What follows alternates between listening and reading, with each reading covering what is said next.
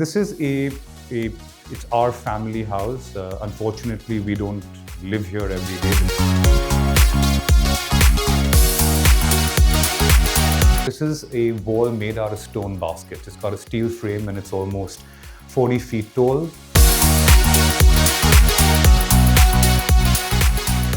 Good afternoon, everyone. Thank you so much for having me here. It's obviously quite a privilege to be able to do anything, let alone speak to young architects, students, and fellow professionals in this amazing building. It's one of my absolute favorite projects in Ahmedabad and obviously in the country. The talk today, Recovery and Catalysis in Search of Equilibrium, this is something my father and I have been discussing for a long time, and it doesn't come so much from the fact that we have two generations perpetually in dialogue on a daily basis. It's more about, in a way, a message and a legacy passed down to me of my father's love for nature. And when we talk about the search for equilibrium or balance or harmony or unity, and there's so many words that can just encapsulate the same idea, it's really about finding that space of unity where man and nature and tradition and society and climate and all these things come together in a harmonious way to find that kind of sweet spot without having to be prescriptive. And we see the process as being organic. We see space and architecture more as an organism than an object. And once you begin to understand, and our research takes us to a lot of different parts of India, and we realize that whilst we are a single country, we are also very, very diverse. And whilst we study the socio-cultural traditions of any particular region, we tend to focus more on the built environments of those regions. How they react to space, how they react to society, how they react to materials, because they didn't always have, our ancestors did not have the tools and the strategies that we have today. They couldn't take materials and ship them across the continent. They didn't have electricity, they didn't have air conditioning, so they built in harmony with nature and with the environment. And for us, those lessons, what we kind of define loosely as tradition, is very important for us, because tradition itself is nothing but a point in a journey. It's not a fixed line that today tradition stops and modernity begins. It's ultimately a series of innovations and trying to understand, assimilate, extrapolate the next kind of evolutionary step in tradition. We feel it's incumbent upon us as practitioners to really continue that line of thought as opposed to abruptly end it and then just reinvent it. And it's hard to sum up a thought process, but I think this simple matrix is the best that potentially I can do in terms of wherever we go, whoever we dialogue with, whichever environment we work with, whichever project type. This is kind of the founding principles, the first principles of architecture, to understand topography, environment, region, climate. All of those come together. There is no fixed formula. It also means that there is a lot of intuition being applied to the process. The sort of the anchor, or how do we say, the grounding of the practice is what allows us to run through a lot of information and data and then start to come up with responses to a situation. So I'm going to use 6 case studies to just demonstrate how we deal with some of these subjects. This is it's our family house. Unfortunately, we don't live here every day. This is a weekend home for our large family outside of Bombay. I'm not sure how many of you are familiar with Lonavala. It's about 2.5 hours away from Bombay. It starts to move into the Western Ghats. The topography changes. There are beautiful hills. There's Pavna Dam in the distance. There are 5 of Shivaji's forts surrounding us. The Karla caves are close to us. Bhaja caves are close to us. So this is a region with, it's forested, right? This is dense, I would say, pure nature and history and memory all fusing into one. And when you step into a site like this, and it's almost like, I don't know if you remember your your schooling, the tuning fork, where you're able to spend time on a site and environment, and you're really trying to align yourself to the vibrations and memories of a place, pretty much like a tuning fork, because there are no theoretical solutions when you get into sites like this. There is no, the plan libre and the wrong plan, they disappear in situations like this. You're in a very kind of pure, visceral dialogue with raw nature. But to understand how the forts were organized, they simply used these fortification walls, very large monumental walls made with the local volcanic stone, the basalt, and they traversed the highest ridge of the hill, obviously from a security standpoint. But to understand the mechanisms of how people dealt with topographical architecture and mountains and ridges helps us then to also organize form and space on a site. That's Pavna Dam. There are 5 of Shivaji's forts around. We are located a little bit to the west of Tung Fort. There's a beautiful profile that's seen in the house, and it's called the House of Three Streams, literally because there are 3 streams running through the house. So the hill to our south, all the rainwater discharges through our site towards the lake, and it's cut these very deep furrows and ravines into the site over centuries, right? And what you don't want to do is go into these beautiful forested lands and then start to tamper with the basic environmental mechanisms of the hydrology of the site. And to be able to assimilate yourself into a space, which is the intent here, right? Not to prescribe, not to dominate, not to set down a big footprint of a house, but to let the house behave the way we behaved when we first went to the site, because we literally had to get, down a bit and weave through the trees and get through the branches. And we felt that that's a natural response to essentially finding shelter within the forest. And in a very simple manner, the house is nothing more than a series of platforms and verandas that are placed in a journey from the hill to the water. I apologize, the north and south are in the wrong directions. It's simply finding space in the forest, clearings between the trees, elevated vantage points, setting out space, setting out shelter, and then maybe starting to, develop the program. And if you look at that, I don't know if we have a pointer here. Yeah. So the house is organized along a simple load-bearing basalt wall that goes along a ridge that slopes downwards to the north. To the north and east is where all the communal spaces, the living spaces, the verandas, etc., open up. And to the west of the wall is where the service spaces and sleeping areas organize themselves. So it's just literally a series of walls, a weight, and then a lightness that fuse across the site and weave in between the trees. And it's quite a steep site. It's essentially all a ground floor house, but from bottom to top, it's almost 60 feet. And it's not split by floors. So somewhere you have 8 feet, somewhere 12 feet, somewhere 4 feet.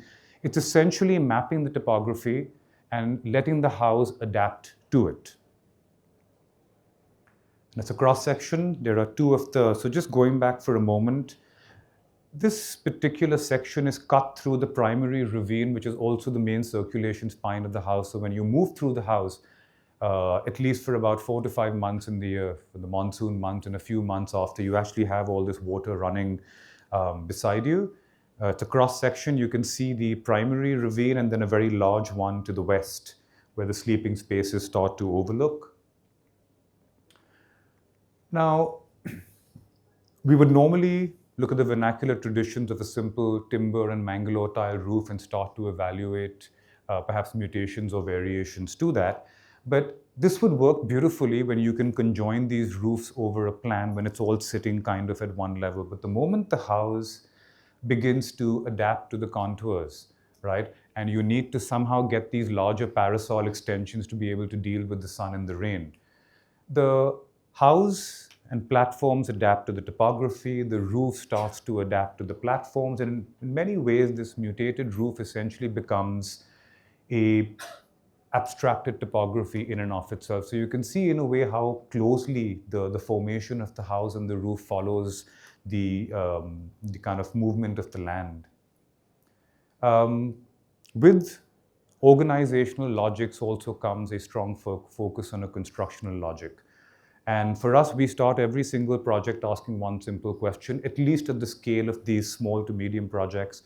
How do we build without using RCC, right? How do we understand how do we work with masonry? How do we work with timber? How do we reinforce timber? So we've essentially worked with, we're a wonderful engineer in this project, and we've developed this language of structural trees.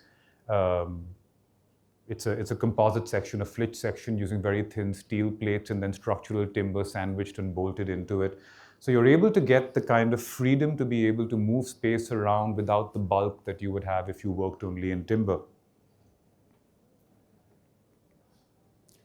And that's the primary load-bearing wall that runs down the ridge. There's almost 35 to 40 feet of height. So you've got this memory, this weight and memory of the forts anchoring this house. And it's not unusual. We have a lot of friends who've come in to see this space, architects from different parts of the world. And they did ask us, was this wall existing or is it something that you built?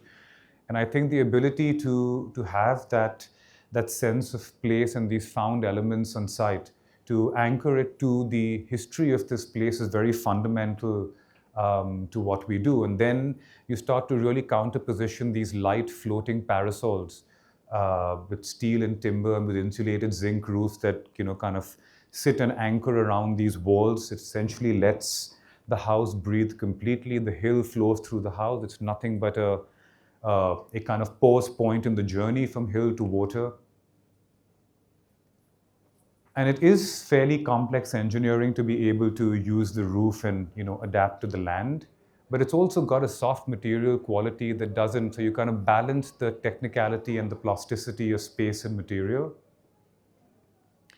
And unlike a typical house where you would just be under it, there are many points where you're kind of above the roof. So even the kind of abstracted topography of the roof and even the material, zinc it's a beautiful hand-worked metal. It has warping, it has defects, so it's not aseptic like aluminum. It's got a tactile quality to it.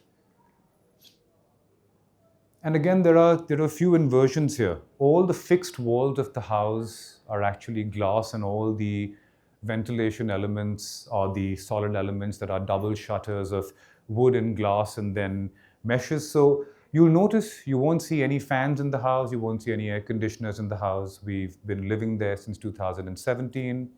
We did put air conditioners into the bedroom, we tested them, we haven't switched them on since. So the whole place is naturally ventilated. It's a beautiful microclimate. Air moves through the house. Every single room has cross ventilation along with mesh shutters to protect from the insects. And everywhere nature is protagonist. And I think that's what this house is for. It's simply a point of shelter to be able for us to kind of converse with the forest and the trees and the landscape. And what we've done is we've mapped things so specifically that we blur the thresholds. We shave off the distance between what is built and what is forest to the point where one is indistinguishable from the other. And that's fundamental to us because very often people come to the house and they look at this, what you call the heroic view of the lake and the valley. And when we live there, we realize that kind of disappears after a while, and you start to find a renewed sense of energy and joy in the close communication with nature, where you're really kind of, up close to it. And that's the DNA of the house. It's just a veranda. It's a sheltering roof. We're fortunate that in many parts of India, the climate allows us to simply put a roof over our heads and let the space breathe. And life organically happens under this sheltering roof. You can see the strategies for ventilation everywhere, and the hill just flows through. As you move to the west, the forest gets a little bit more raw, a little bit more dense. You again have this constant dialogue between the weight and the lightness of the basalt walls and the timber roofs.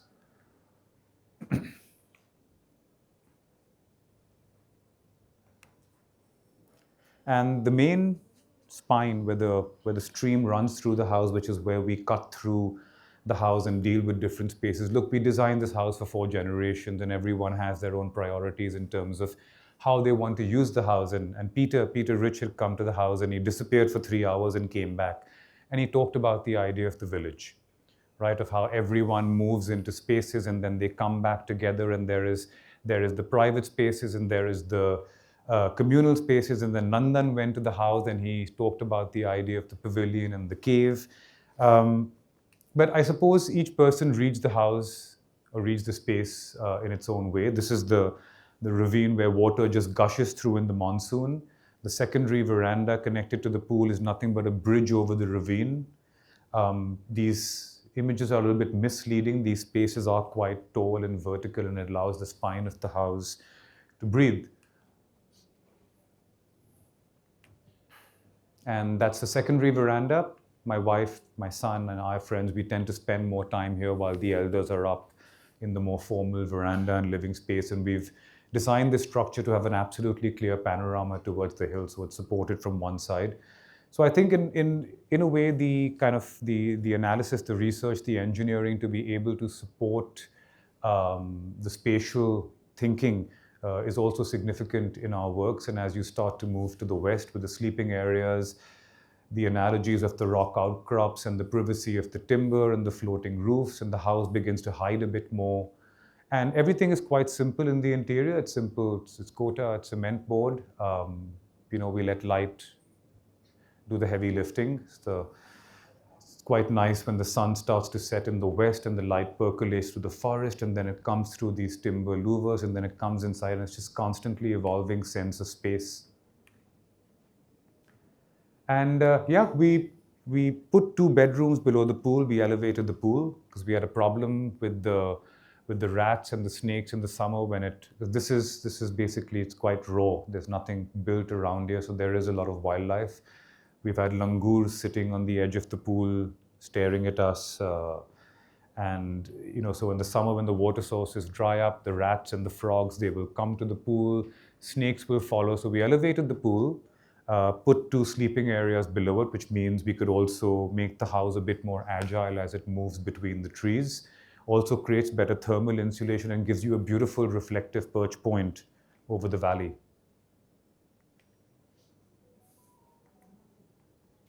And just to put the scale of the house and the forest in context, it just kind of reminds you a little bit about how you do want to tread lightly and delicately in these spaces. These are images from almost 7 to 8 years ago. The houses are barely visible now. The forest has, I think, reclaimed that space.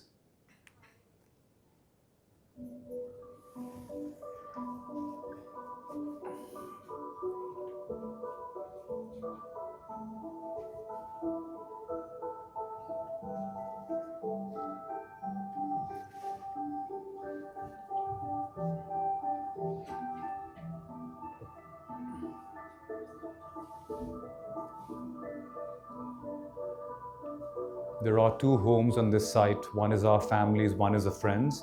So you're going to see snippets of both in the video.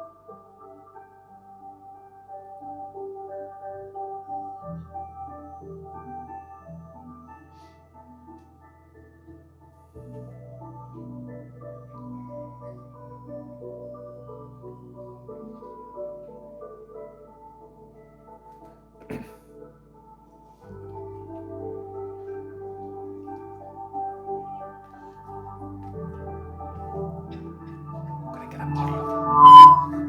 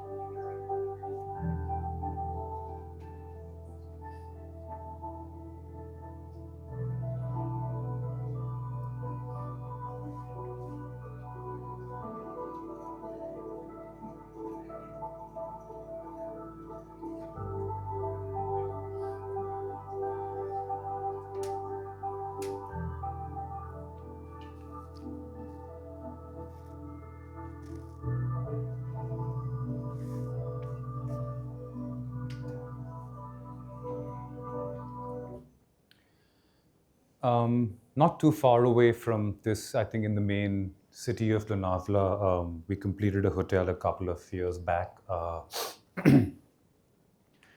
Now, it's interesting that I don't know how many Bombayites we have here, but if you're in, yeah, there you go, nice one. If you're in Bombay or Pune, Lonavala is essentially your midpoint to be able to get away from the chaos of the city. Perhaps Pune is still more green. Bombay, you really do need to escape every once in a while.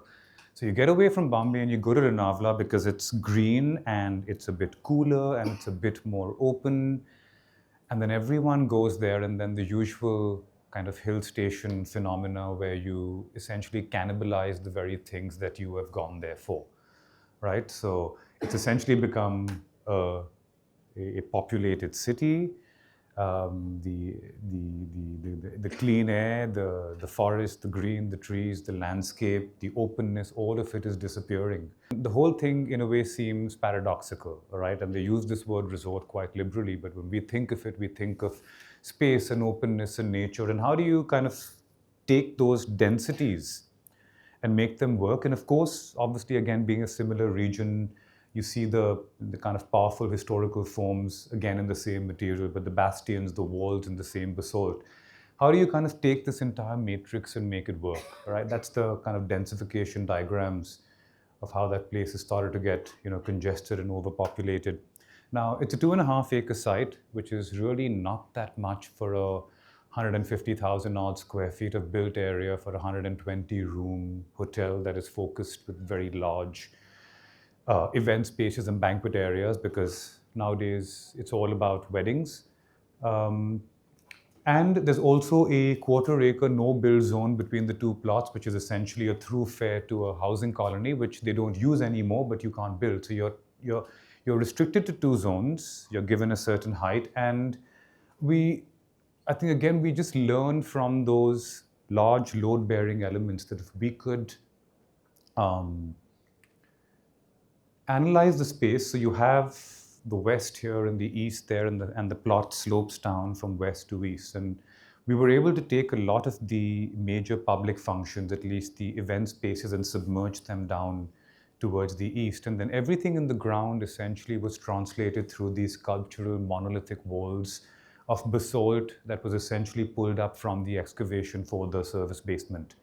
Right? So you've got this kind of free-form, organic space at the bottom with solids, voids, masses, and objects. And then you've got these more ordered blocks on top of them, which essentially hold the room grids, whether singly loaded or an atrium. So you're breaking the way that the building sits on the ground. There is the more tactile sense of what you experience up close at the ground, and then there is a kind of floating sculptural sense off grid from the ground. It's almost like a series of foundations of an old settlement that you found, and then you put these more ordered objects on top. And we are able to then develop a kind of language that takes away from, I would say, the paradigm of the hotel, because you're always used to seeing balconies and glasses because you want to look out, and then you have problems of privacy. Then you have balconies, but you want to enjoy the monsoon, but you can't because you're getting wet. So we are kind of dealing with all these functional complexities whilst trying to also bring a certain identity to the project. This is a wall made out of stone baskets. It's got a steel frame and it's almost 40 feet tall. And again, that the ability to find these, these beautiful weighted sculptural masses sitting on top of those foundation walls, but they're also in a way light, translucent, because the timber screens that also provide you with both privacy and shade you from the sun and the rain. So there's this constant kind of dialogue happening between object, edge, form, translucency, weight, lightness, the spaces that are kind of stereotomically excavated from here to bring light and ventilation into the central atriums.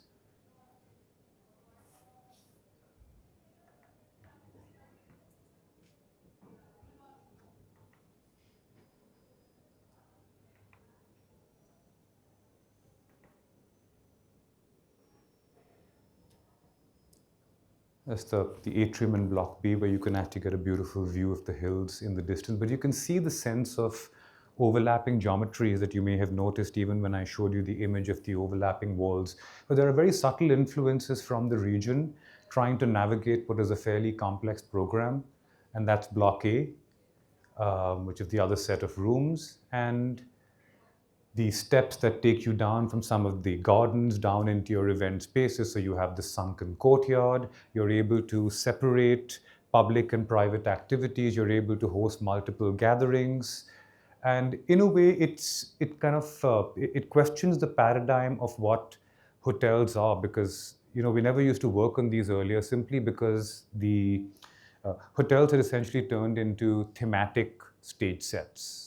The architect would come in and do a basic building, and then a facade person would come and change it into something else, and then an interior designer would come in and start decorating it in a different way. And just to be able to let the entire project follow first principles, materials from the region, scale, references from the region, right from the outside into the inside, simple natural materials.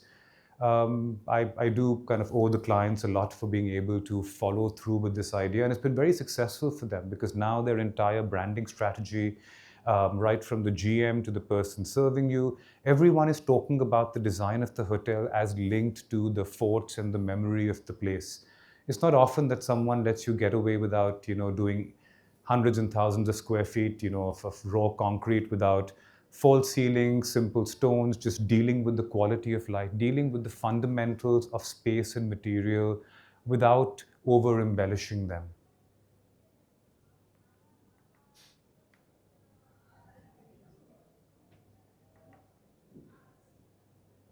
And as you kind of tune into these, all of these works allow you to engage with them at different distances. In a way, the closer you go, the more you start to sense the relief, the reveals, the change in texture, the quality of light. This is something we did for a friend in Jaipur. I'm sure these are very familiar images. I'm guessing everyone here is from some sort of architecture background, right? And I think when we talk about the memory or the essence of a place, we've always questioned the fact that when you go into the desert, especially in Rajasthan, the kind of the imagery is so strong in terms of the Havelis and the palaces and the forts, and a lot of it gets, I think, oversimplified into artifice and stuck-on elements, right? So when you begin to understand this amazing accumulated intelligence in this built tradition, whether it's the Bauris or the Kunds, which are water storages and social spaces, or courtyards, or the intelligence of a simple jali that expresses craft and privacy and social aspects and how it kind of allows air to cool and expand. There is a lot to be learned from this without simply resorting to superficial images and ornamentation. And I'm not going to spend too much time on the actual planning of the space, but it's a basement plus 3-level house for a client and his family. It's on about a 4,500 square foot plot in a small residential enclave in Jaipur. But I think the story really starts from the material, right? We've built this entire project only in sandstone, hard sandstone. There is no concrete, there's no steel. And it starts from the quarry, because even when we go back and look at the way that material is harvested, they're now using diamond cutters to pull out large quantities of stone, because that's what the industry demands. But when we spoke to the Mistri, or the quarry foreman, we convinced him to go back to the original technique where you would take the big stones and then you would drill in the dowels and then you would just keep hammering away until the stone split along its natural grain. Which means that instead of now taking big stones from here and then taking them to a factory and then processing them and then cutting them and then bringing them to a site, you're actually moving material straight from the quarry to the site, and you take away the processing, you take away the layers of activity on the material, and you preserve its core integrity. So you preserve the natural grain of stone without over-prescribing. It doesn't make sense, right? This giant block of stone per kg is cheaper than that 12 or 15 millimeter stone piece that comes to your site after it's been cut and processed and polished. So the sense was, how could you mobilize the material in its purest form and perhaps even at its purest scale? The first piece of stone that comes out from here is 7 foot by 6 foot by 22 feet. That is massive, right? Now, obviously, we can't move that scale to site, but we did sit down with the Mistri, because I can tell you that the Mistris who were your master builders, there were no architects. Life was good, and then there were architects, and then things got a little bit screwed up. The Mistri knows more about this material than any of us can ever imagine, right? So he literally determined that the right size of stone that could be used on site, easily cut, lifted by 2 people, right, and then laid into place, was a 4 foot by 1 foot by 6 inch. So we have hundreds and hundreds of these drawings where each stone piece labeled the DNA of the project was a typical size, but then you have the jambs, you have the L shapes, the U shapes, the corners, etc. It's a fairly complex process where you're now trying to understand the way that they built, right, and then try and apply parametric technology to the process and see how you can evolve the engineering, so to speak, right? Now, every single component, from the cavity walls to the floor systems to the vaults to the lintel pieces for the arches to door jambs, window jambs, staircases, everything done through one single material, which also necessitated a process of re-engineering, because traditionally when we learn in school that your foundations are big and then you keep stepping up. That's how load-bearing architecture is built. But here we re-engineered it down to an 18-inch wall, which was 6 inches exterior stone, 6-inch cavity, 6-inch interior stone, and then tied together with stainless steel dowels and pins for seismic loading. But we essentially reduced the amount of stone by 30%, made the structure lighter, brought in more insulation because of the cavities, and also allowed services to run through the cavities, because you can't maro zari, you can't chase stone. It's not like plaster and brick, right? And the strangest thing is, because of this site being close to the quarry, because of the site next door, which was the client's friend's site, and there was no house there, being used as a kind of fabrication yard, because the villagers knew how to deal with this material, this literally costs the same as a concrete frame house with brick infill, stone cladding, plaster, paint, false ceilings, etc., which anywhere else, this would be a 5, 8, or 10x of a typical house construction. So yeah, there's a wonderful element, and when we talk about the narrative of the craft economy in India and how over the last decade or so that discussion has really come to the forefront, I think that, at least for me, as practitioners, as architects and custodians of the built environment, I think we should really be focusing on craft at the scale of the built environment, and not as surfaces and handles and wash basins and all these trappings that essentially absolve you of thinking climatically, strategically, at a certain scale of shelter, and then just reducing the problem down to a scale where anyone can handle it, right? So this is really a man and material kind of exercise. And that's pretty much what the project is. It's just blocks of stones, people calmly working, cutting, and it changes the way that you look at a building site, because we always go to sites and we see filth. You see concrete mixers, and there's dust, and there's scrap shuttering and all these things. And when you come to a site like this, you kind of wonder whether you're building something or whether you're actually uncovering an archaeological site of something found in the ground. It completely changes your perception of how we build architecture, or how we assemble or construct spaces. And the technologies are very simple. You just lay the stones and you take them off, and the vault goes into compression. There's a beautiful piece of stone I found on the site that I brought back to Bombay for an exhibition.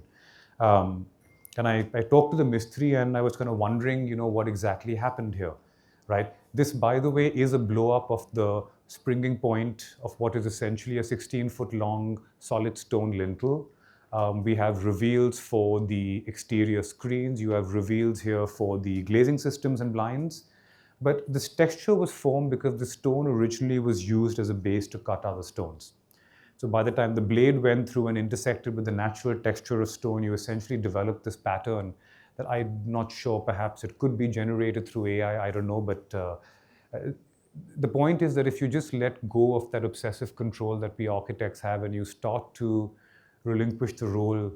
Engineering a stone is another nightmare. I think what used to be a wonderful legacy of structural and civil engineers in this country, they've all shifted over to IT or finance, or they've left the country. And this is a real lacuna, I think, in our profession. So to find someone who would first be willing to work on a solid stone house, and then trying to get that gentleman to have a dialogue with the mistri. So the engineer, and that's a kind of 5 foot by 8 foot piece of stone anchored only on two sides. And the engineer said, we have to put brackets. And the mistri said, we don't. And I had really nothing to say because I don't know anything about this.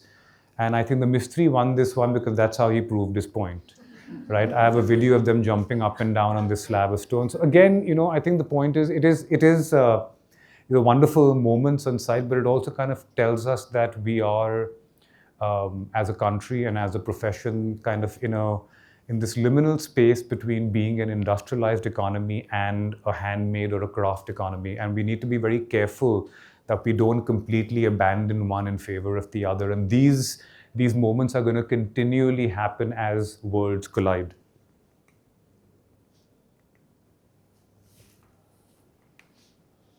And that's the finished space. So even the hand-cut stone screens, the shaded veranda spaces behind. It's not a typical Haveli, it's not quite a palace, it's not quite a fort, but I think it just starts to express the character and moods of a material in different ways, and more importantly, just in honest ways. It's monolithic quality, its texture, its solidity, its lightness, its porosity, its... And as you start to move into the space, you begin to, I think, if you have spent time in Rajasthan away from the palaces and Havelis, you also sense the scales emerge from a different archetype. They emerge more from the kind of villages, the domestic environments. They're trying to break down the scale of what is fairly large. And the house breathes through and through. Everything is shaded through screening systems, deep apertures, cavities. The house performs beautifully thermally. There's an average of 7 to 10 degrees temperature difference at any given time of year. So it stays cool in the summer, it stays comfortable in the winter. And whether it's the load-bearing openings, whether it's the cavity walls, everything kind of just starts to respect the natural behavior of a compression structure.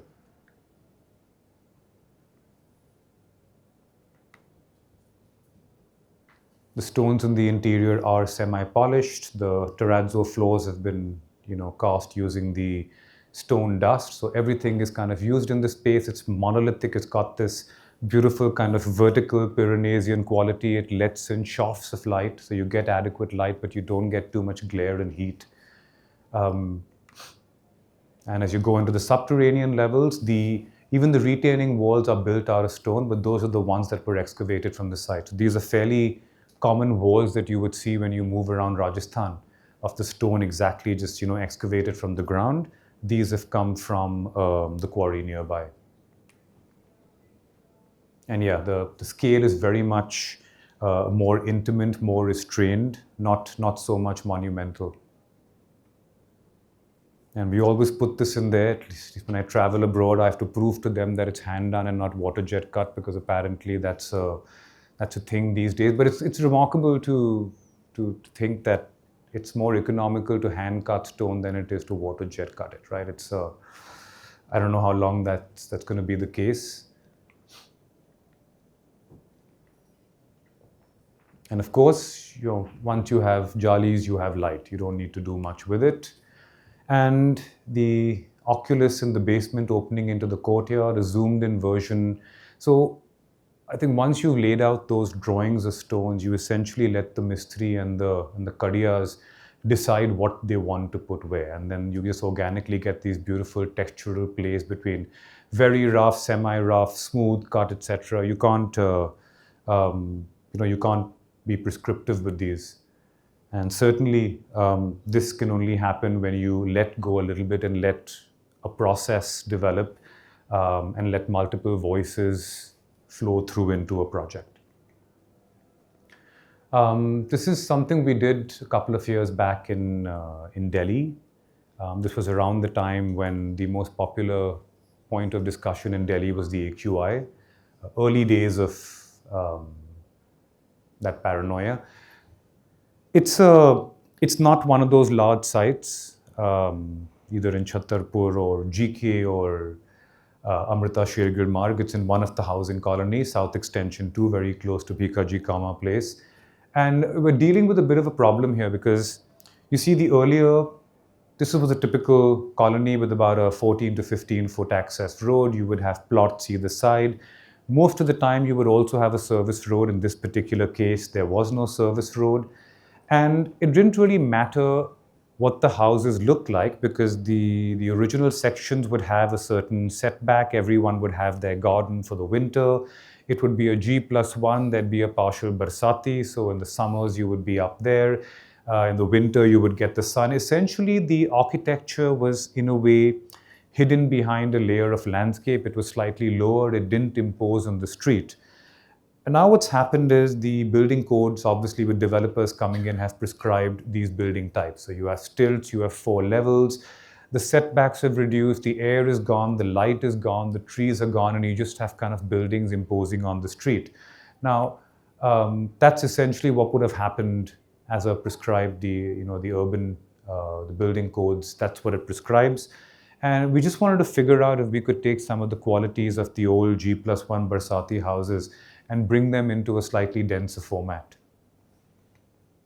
And it's strange because that's what we've done. To our east is one of the existing G1 Barsati houses. To the west is one of the new developments with a stilt and 4 levels, and we're kind of sandwiched as a hybrid in between. And that section tells you most of what is happening now. If you typically look at houses that are developed in these colonies on narrower plots, and this is about 50 feet by about 100 feet with 10-foot setbacks on 3 sides. So it's kind of got a common wall.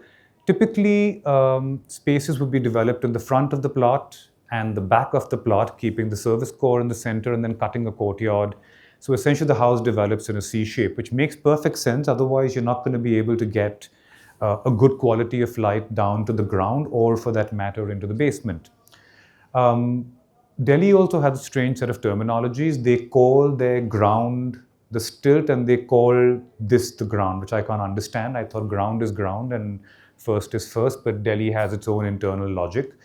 So by being able to take what would have been a complete floor sitting maybe 7.5 or 8 feet above the ground, because that's the prescribed height for parking. You can't take it lower, you can't take it taller. So it doesn't matter what you do within the house. Your access into your house, the landscape is gone. You're coming in through this horrible dark space without light. And then you can do what you want on top, but you fundamentally already compromised that first journey into your domestic environment. So by simply sacrificing about 500 square feet of space and not extending that slab all the way, we managed to open up a 18-foot tall space facing north to the garden, which means we could grow our trees and landscape here. We voided the space. The void continued into the basement where they have an office because they're lawyers. This part also becomes part of their office, getting a clear vantage point to the garden and the entry court. And because we were able to create more space at the ground, we no longer needed to bring light from there deep into the ground, which basically meant that we could take some of their living spaces and stretch them north to south, right across the site, and essentially develop a completely different typology of space as opposed to the C shape, which restricts you to being only here, and this space gets fully divided. So we do recreate the court at upper levels, but the house then is able to spread a bit, bring light in from 2 sides, develop skylights in the center. So the whole thing becomes this combination of a solid void, a thermal balancer, a light catcher, and that's your cross-section from east to west. Because we were able to get more light here, we didn't have to bring this courtyard all the way down, which means we could also narrow the courtyard that essentially stretches all the way through the house. It also becomes a very thermal, a thermally efficient space by allowing convection currents to move and carry the air out. And yeah, the intent of the house is very much about solid void and dark and light. I'm not going to spend too much time on the floor plans, except that's the level where the main living spaces stretch from the road, which is the north, to the back. The central void and how spaces start to organize themselves around that void. And you can see how the plans change from the basement to an almost completely open ground to a partially occupied first floor for the workspaces and the ability to look out.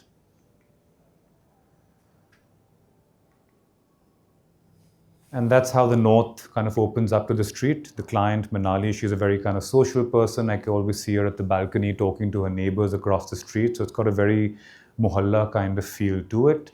But again, that kind of, the sense of the object or the organism stereothermically kind of excavated, you can see how elements here in the north essentially allow you to bring light into the space through crevices because you can't have large glazed exposures.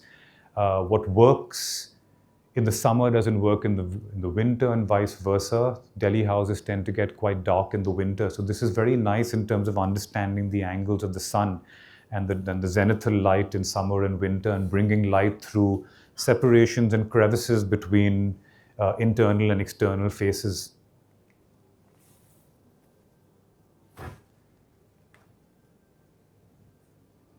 And that's the kind of voided ground space as you enter the site. Again, everything with the shaded patios is operable, so you can control the conditions of light, the conditions of privacy, everything gets used perennially. And it's a very kind of simple, organized space at the ground. You've got this massive pylon because the structure is quite radical. The entire building sits only on this pylon and the elevator core. And they're kind of asymmetrically loaded and the structure is twisting on top and it's also splitting in section. So again, the same engineer who worked on the stone house, Vivek Garg, he worked on this with us. Just a deep waffled slab that's able to transfer the loads. And the large void percolating into the basement and then starting to move through the rest of the house. And as you look out towards the garden, you kind of recover that sense of openness and landscape and the connection with the street. And because the lower levels of the house are essentially voided and the upper levels are controlled through a series of patios and balconies, notionally the house automatically recedes from the street and also opens up a lot more light and landscape at the street level. That's the basement work office where you can still see elements of the garden beyond and the void then cutting up through the living levels.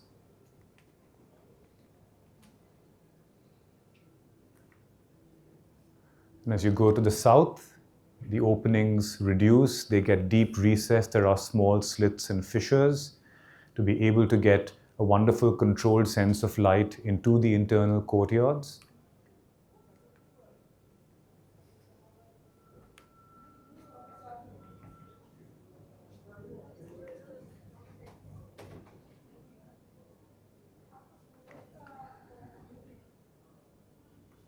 Now, I guess when you're working on 2, 3 level, 4 level private homes, you are able to, in a way, mobilize first principles a little bit more effectively. Now, this is in Bombay. It's a 52-meter tall, approximately 30,000 square foot building for a very, very large 4-generation family. So there are about 32, 34 people living in this building.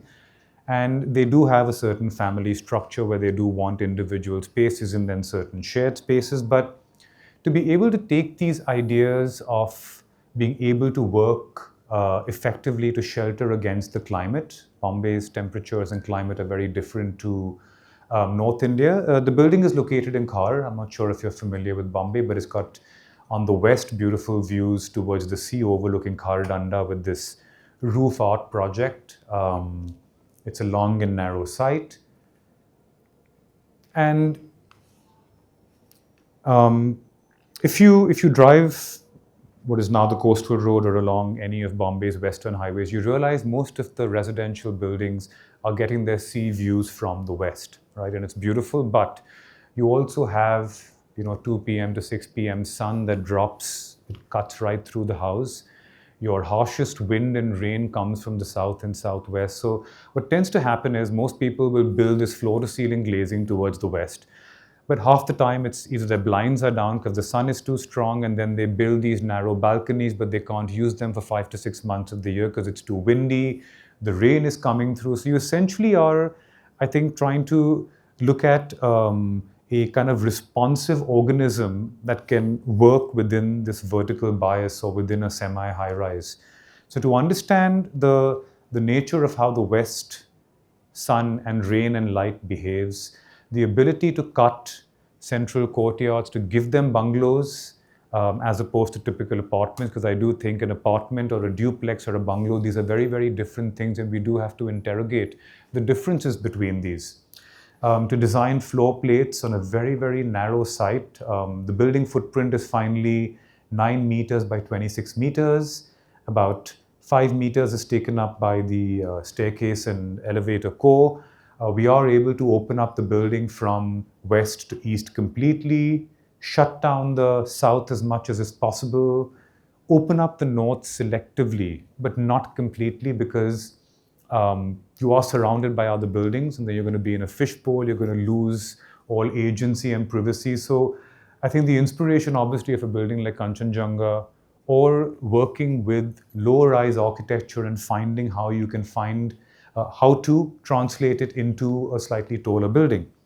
Now, it happens in various ways. The main living spaces, which is a 3-level space, a 2-level space, and a 3-level space. There's a rooftop multi-purpose space.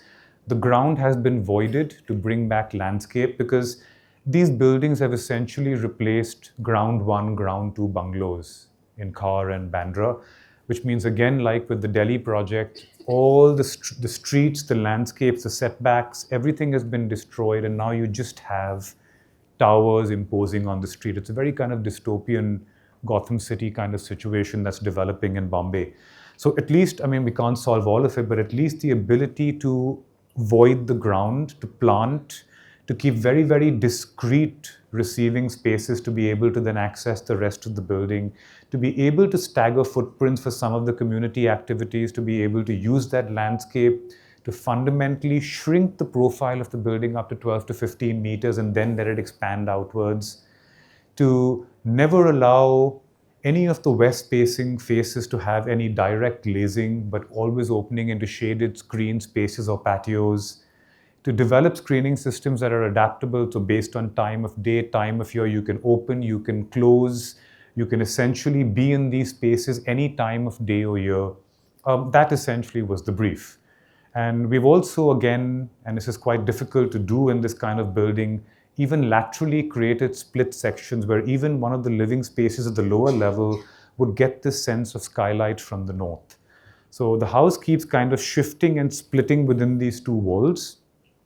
At least you get the sense that not everyone has this, slab over their head. You get some sense of sky in the lower levels.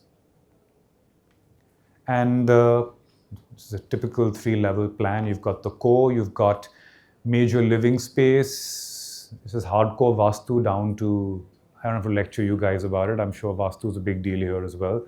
So WC orientations, etc., etc. So kitchens, dining space, courtyard, the angan, the informal living room. And as you start to go up, you can start to see the splitting of the floor plates as they start to articulate. So it's almost like the anatomy of a G+2 house, but then repeating that becomes quite tricky when you see the kind of voids that are cut away.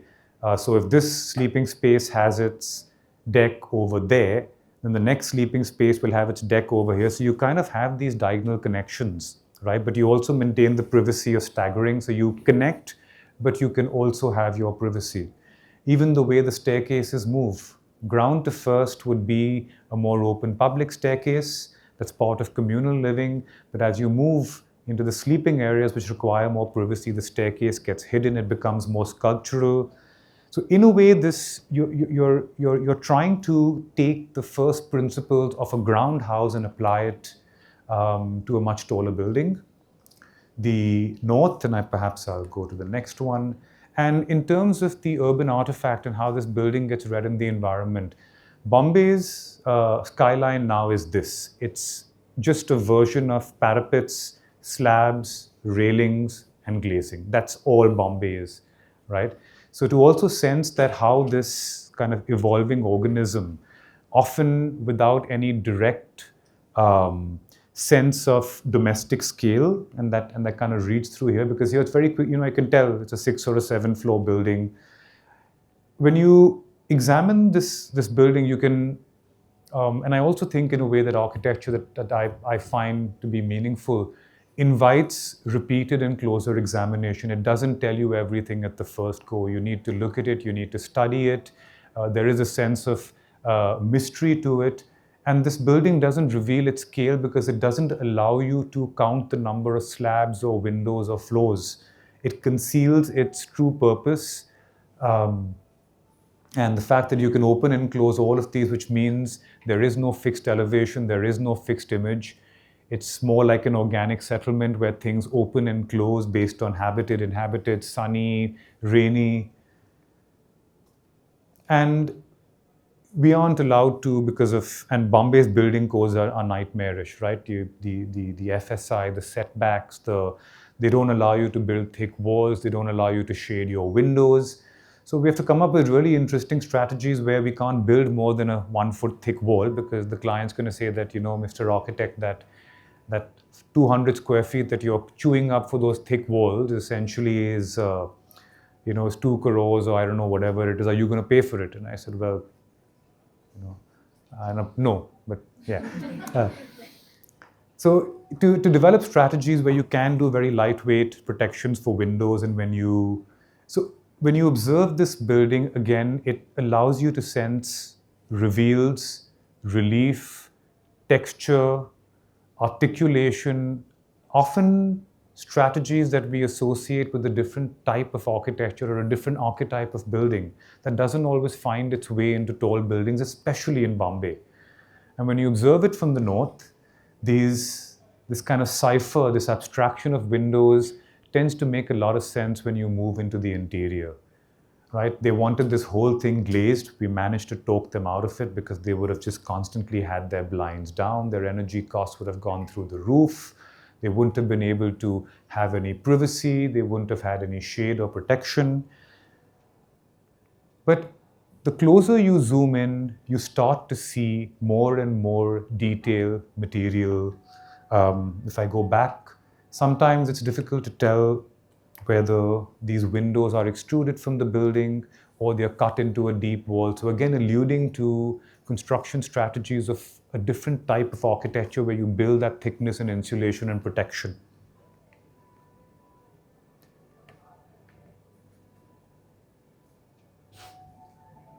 The client started off, apart from the number of rooms and people and bathrooms and kitchens, etc. Their brief talked about the JW Marriott at the airport and how they loved the look and feel of that, which is essentially all Italian marble and glossy veneers. And I give a lot of credit to the patriarch of the family that we have managed to stay just with simple, unembellished raw concrete, Kota, timber, a 30,000 square foot building in Bombay with no more than 1,500 square feet of false ceiling only for air conditioning units. The rest is all raw. It's interesting to sense the shift in discourse, when you look at the shaded patio spaces, you control the light, you control the shade. There's a richness of light, there's a richness of material and texture, the ability to connect with private balconies visually, to be able to conduct conversations. Simple interior spaces, but very rich in their formation, controlled light. And the discourse has now shifted to the fact that they don't need to turn on their lights until the sun sets because they've got glare-free natural light through the day. They put blinds in these areas. I told them not to, they've never dropped them. So zero glare, no issues of privacy. They don't switch their air conditioners on until they go to sleep because everything is naturally ventilated through and through with mosquito meshes. They can use their balconies all year round because we've got the screens. So it's remarkable to kind of see the shift in conversation from what is essentially nothing more than an overplayed aesthetic paradigm to really talking about first principles and meaning with the client. And all the kind of nuances of domestic life, of privacy, of transparency, of how someone can move between the bedrooms perhaps in their night clothes and not be seen by guests perhaps who are at the lower level, and the elements that push into space and the character of a courtyard. The little look-throughs, the little peaks, and that's the kind of more open staircase. That's how it gets concealed from first to second. It's very simple, just, overlaid sculptures, objects, masses. You can see how the space is split to allow crevices of light and skylights into certain spaces. How are we doing on time, guys? Anyone? We need to go. So should we just take, 5-7 more minutes? What is the time right now? Oh, wow, nice one. Okay. All right, this always happens. I'm gonna rush through these, yeah? When it gets really bad, just shout and I'll leave. This is not really part of what we do on a daily basis. This is a headquarters for the Boston Consulting Group. It's in Maker Mac City. I don't know how many of you know the Maker Group. They have these 5 glass block buildings right at the entrance of Bandra Kurla complex. So this isn't a greenfield, it's basically an interior retrofit. We actually got this commission through a limited competition where they invited 12 architects to give them proposals for what is a 65,000 square foot space as part of a larger building. You can't touch the exterior. And what is also essentially a space that is not contiguous. So it's 6 floors, some half floors, some full floors, across phases. And the floor plate of the building is essentially 224 by 24 meter squares connected here on one side with the main circulation core for the building, also for other tenants on the other side. So it worked perfectly to develop the idea of the 9 square diagram.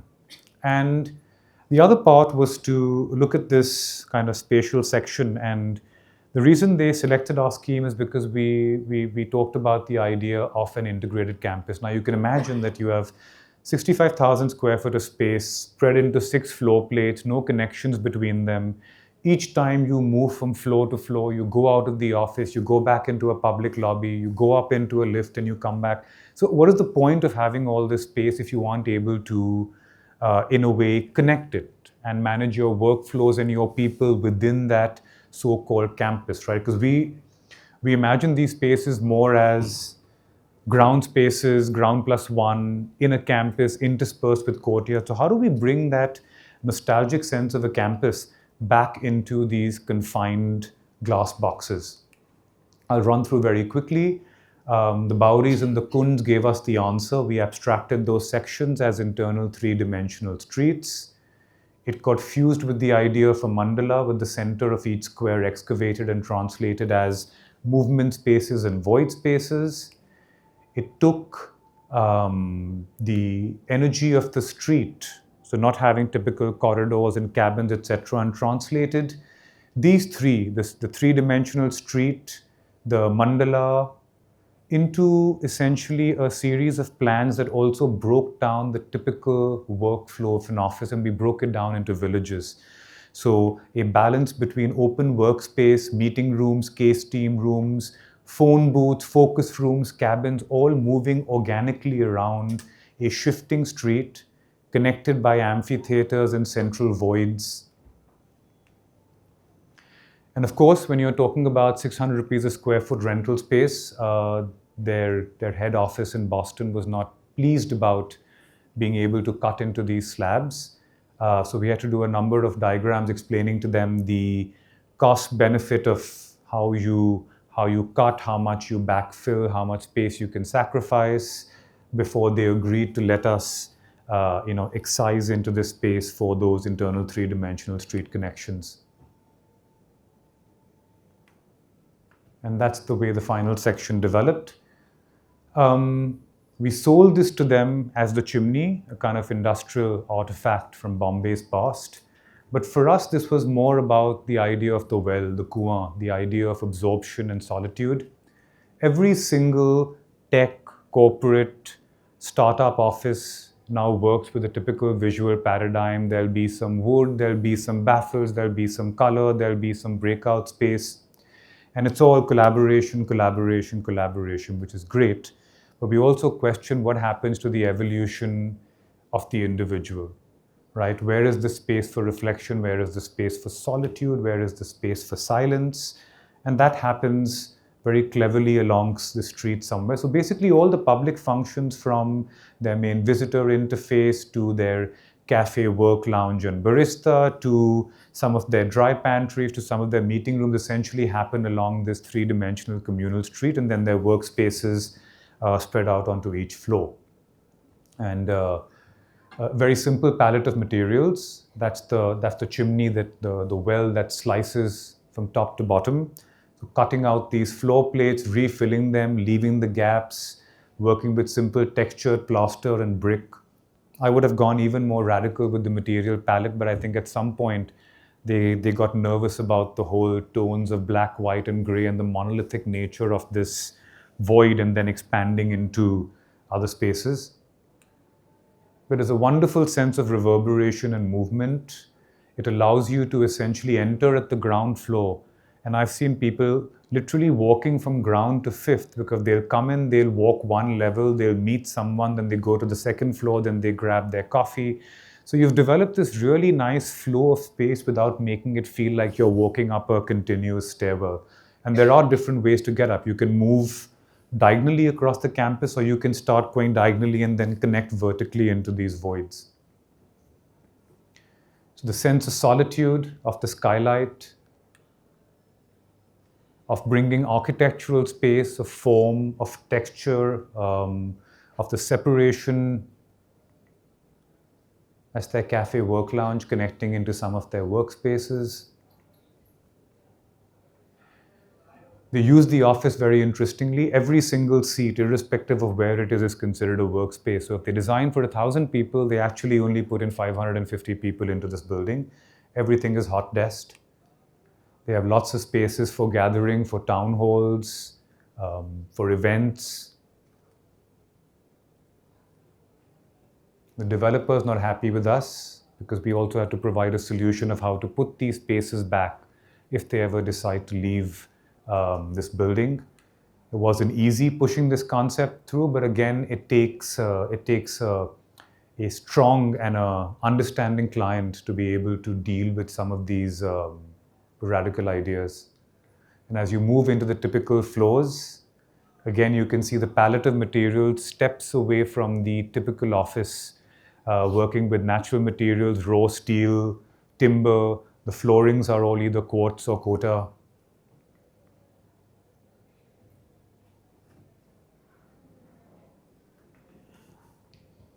And some of their rooms are quite interesting on the ground floor. They do have a lot of patented content, so they need to be able to close space off, but then they can also open it. So obviously we can't do it on the outside.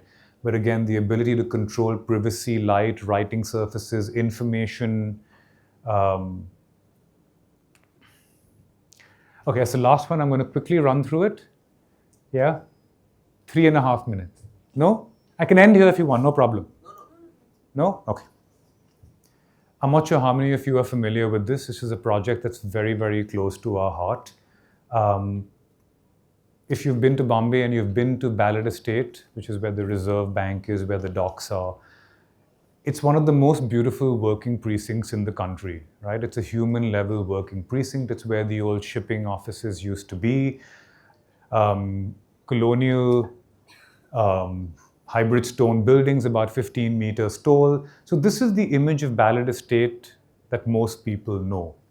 But 2 streets removed from here, there is a different kind of precinct that has some residential space, but is mostly a manufacturing zone. There used to be old warehouses, car workshops, and on one of our walks, we discovered a 150-year-old ice factory. This is the first ice factory in South Asia, right? Blocks of ice used to be brought here from Boston on boats before they actually started manufacturing.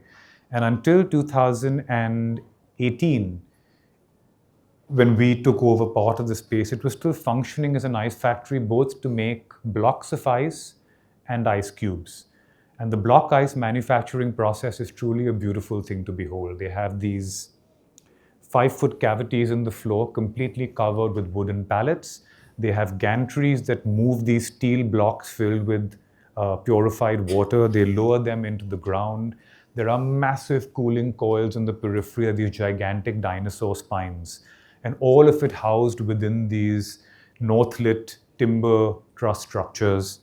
But like everything that is beautiful and old in this country, it's a little bit schizophrenic, right? Because either it's the Taj Mahal where we put it on a pedestal and we can't touch it and we have to look at it from a distance, or we take what is a beautiful industrial or utilitarian heritage and we treat it really badly, right? I'm sure if they could have, they would have demolished this and built a horrendous tower, but they can't because of zoning laws and FSI laws. So they've just let it. I don't mean to be, because the landlords are friends, and I don't mean to be uncharitable, but I suppose the decisions that are taken in the name of exigency and commerce can often lead to a lot of apathy and lack of care for these beautiful parts of our history. And we walked in there, and there's this beautiful old banyan tree, and the roots are getting completely choked by concrete, and then they've put these compressors and these tanks and these pipes and these ladders and all these kind of asymmetric,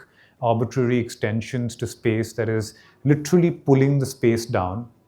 So Dad and I walked through there. We just realized that we need to do something. We weren't quite sure what, right? But the space was crying out, the tree was crying out to be kind of preserved or saved or repaired or whatever it is. But this just gives you a sense of the level of decay, and it's a very common image for a lot of our our old buildings. This happens everywhere, right?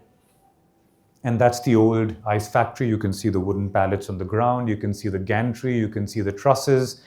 You can see the state of the walls, the plaster, and this was the workers' housing. Right? They just they covered up part of the courtyard with this tin roof, and the workers were staying over here. And if you want to see the actual load that has been put onto this structure, that is all the piping and cubing machinery suspended with steel retrofits from a timber roof, right? So this is really what we call, I know people like to use the word jugaad in a positive sense, but this for me is the absolute worst kind of jugaad that we should be staying away from.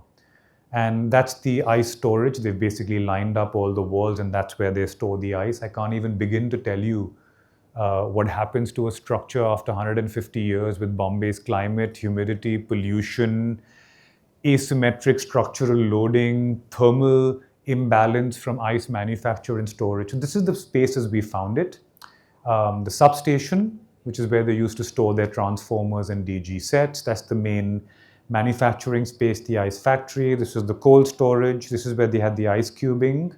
This was the workers' shed, and there was a new structure they had put in here for their office, which we finally removed. And you can see the original section of the substation. It's a beautiful lantern detail with a clear story, timber truss roof. The workers' shed, temporary addition. The north-lit ice factory trusses. And that's what the cold storage looked like once we took off those metal walls, and that's the level of damage. So it took us close to 6 months just to peel away plaster, check foundations, to just sort of, map out the level of damage that was done to this place. It's literally like, it's all held together. The structure was designed to behave a certain way. Over time, it behaves a different way. And this is one of those spaces where if you pull on one thread, then the whole thing just comes, collapsing down. We had trusses collapsing. We found trusses that were detached from the wall. They were not, attached only on one side. So a lot of damage, a lot of lack of care. And so it turned into a dual exercise, right? One was a very kind of archaeological forensic examination of space, right? The other was a surgical intervention in terms of how we could retrofit damaged structures um, through sutures, through bolts, through pins. We kind of enabled a very orthopedic language in this space. Everything had to be done on the ground. Luckily, our office is 5 minutes walk from here. We did all this during COVID, so we literally had to be on ground, take pictures, make sketches. The entire project literally developed through hundreds and hundreds of details like this. So there was a kind of retrofit interpretation of the past. And I think the more complex question when you come into spaces like this, so unlike pure conservation or preservation where you kind of know the end point, but you're trying to map out a journey to get there, this sort of interpretive or speculative restoration doesn't have an end point, right? There are no clear answers of how you want to preserve, and more importantly, when you move past the preserved elements and you have to create new structures, how do you address them? Do you contradict? Do you copy? Do you mimic? How do you find a language of extension that respects history, right? And I think this is part of our relationship with history, that we are afraid of having a equitable dialogue with it, right? We're either venerating it too much or we're disregarding it completely. So to find that balanced conversation with the past, again, I think the solution emerged very clearly from the context. These are the existing north lights of the ice factory. If you see in section, there is a stone wall here at the edge of the premises that separates the ice factory from a two-level residential building, and that's the section of the residential building. So we just allowed the north lights to extend further towards the boundary and to essentially chamfer down to meet the control boundary wall, because we could not tamper with the air and light of the neighboring structure. Through a simple mutation and understanding of the situation, we were able to find a solution that essentially extended the past without ever having to copy it. So you had a beautiful mutated roof that then turned at 90 degrees and became a series of tighter east lights coming towards the street. One single gesture, one single mutation gave us a strategy to be able to cover the courtyard spaces. And those are the new builds in steel. We do have a provision of a 200-seater black box coming in the future. That's the basic anatomy of space with the ice factory roofs, the new extended north light, chamfer downwards, turn towards east light. And then we have a first floor space, which is a bar and restaurant. And that's the space as it is. And that's about the physicality of the space. The intent of the space was to, we've been looking at Ballard Estate, we've been looking at the way the city has been evolving, or I would rather say devolving, and the disappearing civic space more than anything else, the space to be able to talk, to be free, to discuss things without fear of censure. So we essentially turned this into a public space, a community space. We rented it, we designed it, we built it, and now we operate it.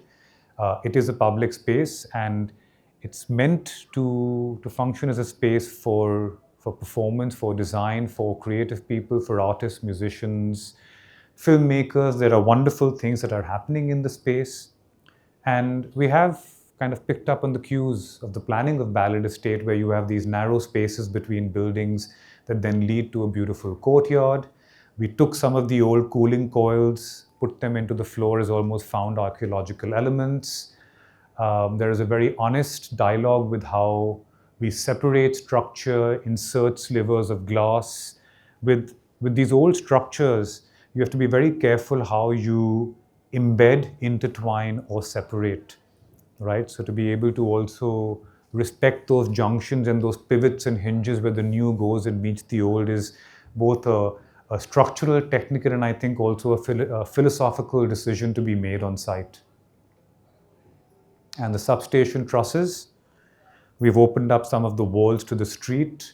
We've cut through some of the old brick walls to be able to connect to the courtyard.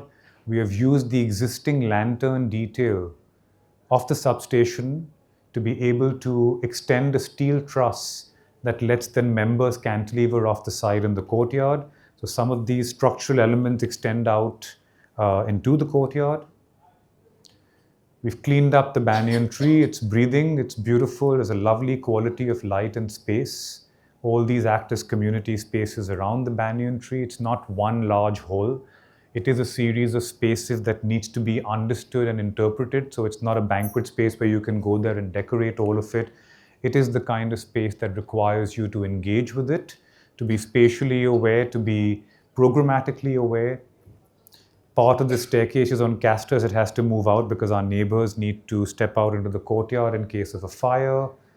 The bricks have pretty much been left as they are. Old bricks are old bricks. Some new bricks have been added, taken off all the plaster.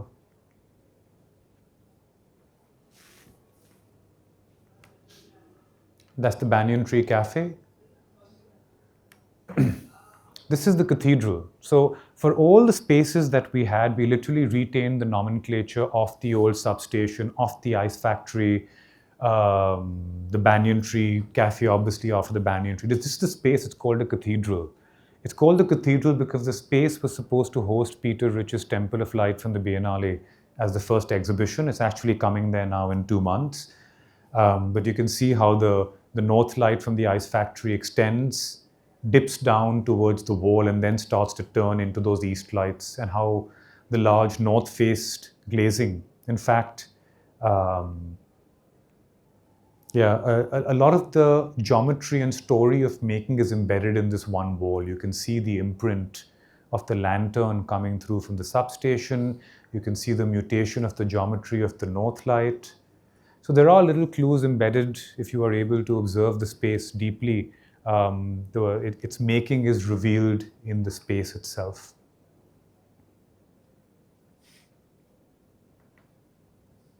And that's the old ice factory. It's a remarkable space. It's absolutely ancient, beautiful. You can see there used to be old hatches connecting to the space next door. So you see these different patterns of brickwork.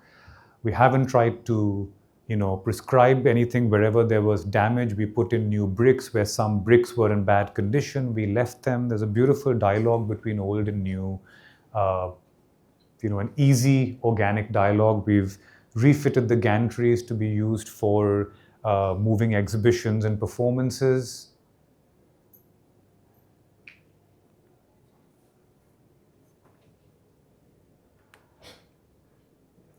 That's a bar behind the ice factory. These shutters open up and then it connects to the ice factory. So again, it requires anyone coming in here to really have to understand the space before they can plan any sort of event or exhibition. And this was the opening exhibition, a series of performances called Refractions. That's Elise Ruth doing a performance piece. Giant scrolls with some of the drawings of the machinery and artifacts found in the ice factory.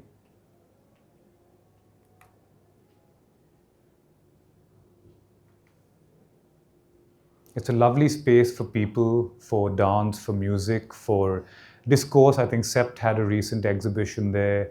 Astad Debu, they had a retrospective, which is the sculpture that we designed and built in the office as a potential energy evolution diagram for the Ballard Estate precinct.